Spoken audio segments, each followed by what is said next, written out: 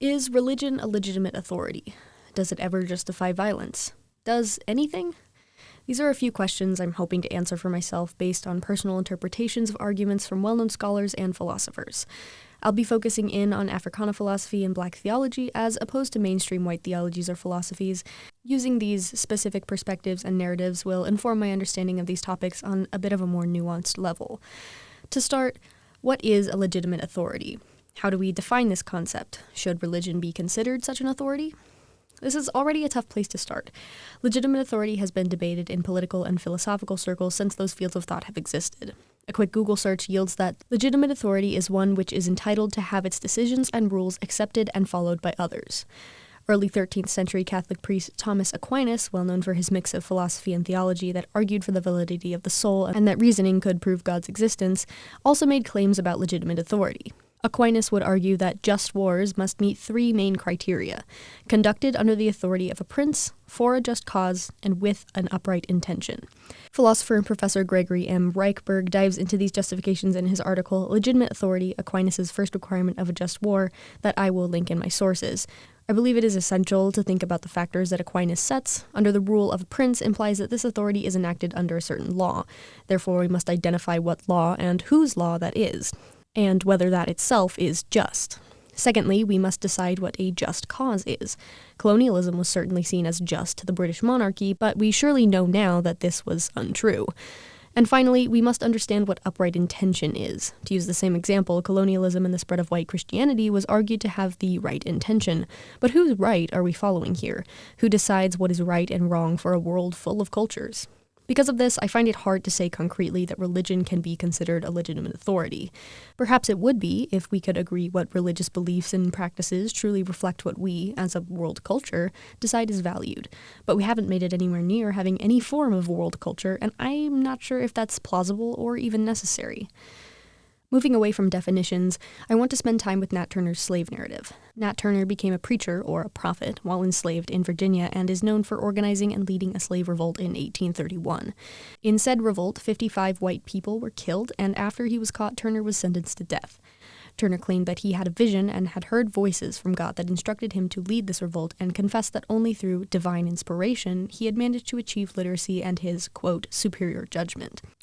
Turner's narrative is interesting in terms of religion because we can clearly see that there is a line that white Christianity is drawing. Religion was used extensively to justify slavery and the brutal conditions that slaves were meant to live through, but when Turner dared to fight back in the name of God, it was rejected. The hypocrisy of condemning violence one way whilst upholding the wretched violence of slavery is, frankly, horrifying. Turner confesses to his crimes but makes the final statement that he was not guilty. An interesting argument to be made is the idea that God may be violent himself.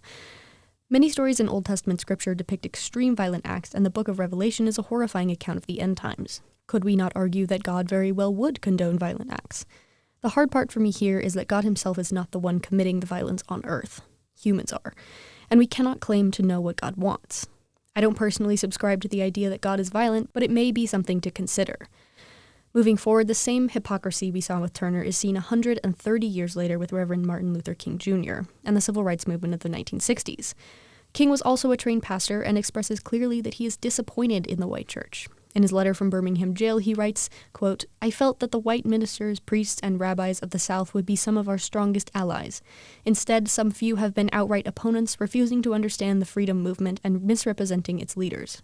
All too many others have been more cautious than courageous and have remained silent behind the anesthetizing security of stained glass windows." He challenges the notion that his extremist resistance is unlawful and argues, 1, that Jesus was an extremist, and that 2, segregation is an unjust law and should therefore be challenged. King directly complicates the narrative that white Christians used in order to stay in their comfortable bubble. However, in contradiction to Turner, King championed nonviolence. He believed that violence would only ever lead to more violence. He argues that to create a world of peace, you must take violence out of the picture entirely. This philosophy is certainly honorable. The dedication in the face of a violent world is something I struggle with. Personally, I take some issue with how realistic King's philosophy is, despite that it was, arguably, minorly effective and that it defies the system of violence that Black communities are forced to exist in.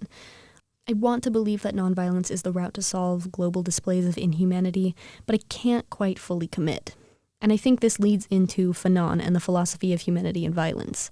I'll be focusing on King, Fanon, and an author named Shawn Copeland in this section. Frantz Fanon was a trained psychologist from the Caribbean island of Martinique, which is a French colony. Fanon was born in 1925, and much of his work deals with the complexities of colonialism and the effects it has on Black communities. In his book, The Wretched of the Earth, he dedicates a chapter to the philosophy of violence when looked at through the lens of colonialism. I think this is an important discussion because nothing exists in a vacuum.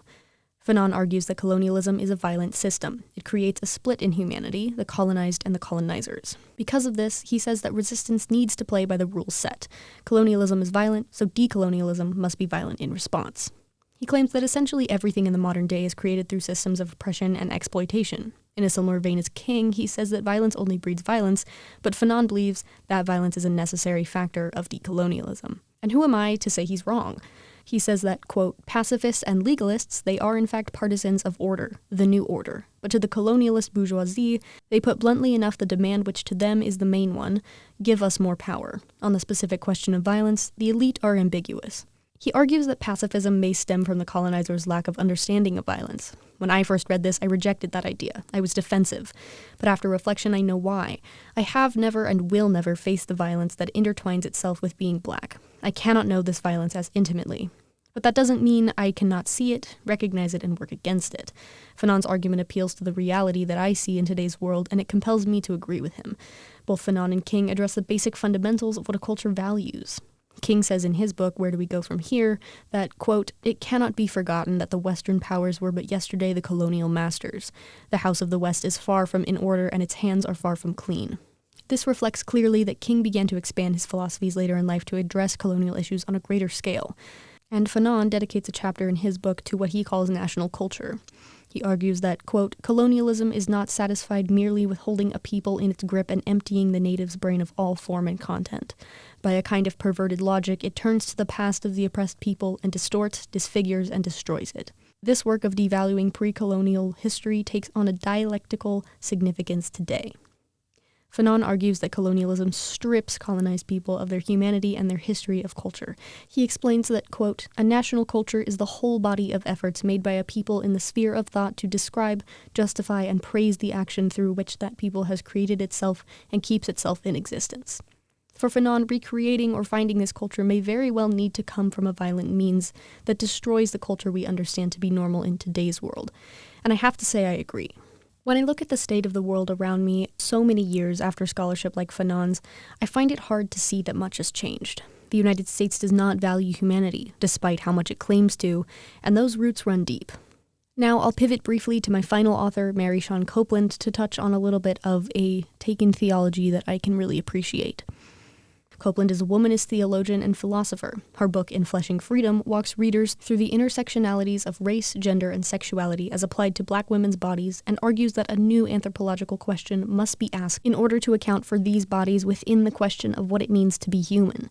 Copeland, from a theological standpoint, argues that if we take Christianity's belief that God created humanity in his image, then God exists in everyone, and God exists as everyone. She uses this to argue that God is a Black woman, God is a queer individual, God is all of us. This resonates with me really deeply. I don't subscribe to the traditional white Christianity that was used to dehumanize and reject Black and queer people, but Copeland's message is something I can get behind. Overall, the intersection between Christian theology and philosophy can be a complicated and messy thing to untangle. I have at least two answers for myself. I do not believe that Christianity, as it exists today, is a legitimate authority, and I do not believe that it justifies violence. But as for what does justify violence, I'm still on the fence. I was frustrated initially because I couldn't quite come to a concrete conclusion, despite a semester's worth of readings and research into how I could possibly think about this. But I have a feeling that this will be a lifelong question. I do not believe this world values humanity the way it should, and I'm prepared to face the reality that I will likely never see the day that changes. Endless situations challenge my morality and the way I feel about violence, but I welcome those challenges with the hope that it will make me the person I want to be, even though I'm not quite sure who that is yet. Anyway, thanks for listening, and thanks to Dr. Spearman for being a wonderful professor and exposing me to such amazing content and the space to do some really intense soul-searching. I appreciate you.